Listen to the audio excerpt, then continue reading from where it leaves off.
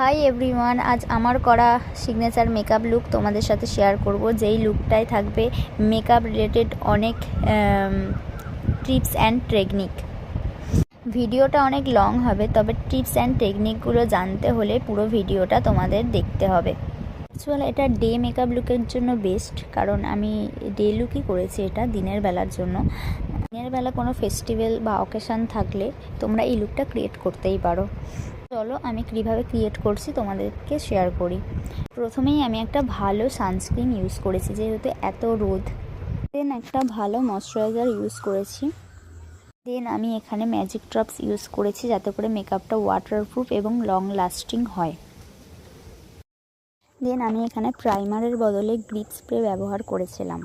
সবকটা প্রোডাক্ট স্কিনের সাথে ভালোভাবে অ্যাবসর্ব হয়ে যাওয়ার পরই আমার স্কিনের ব্ল্যাক ডার্ক স্পট থাকতে অরেঞ্জ কারেক্টার দিয়ে কারেক্ট করে নিচ্ছিলাম।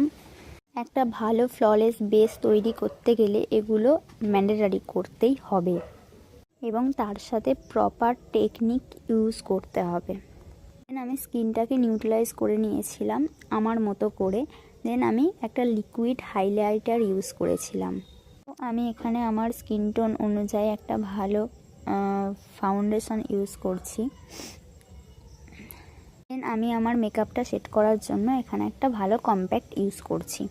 আমি অনেককেই দেখেছি কম্প্যাক্টটা ডাইরেক্ট ফেসে ইউজ করতে, কিন্তু তোমরা কেউ করবে না, কারণ কম্প্যাক্টটা ডাইরেক্ট বা পাউডার ডাইরেক্ট স্কিনে ইউজ করে না।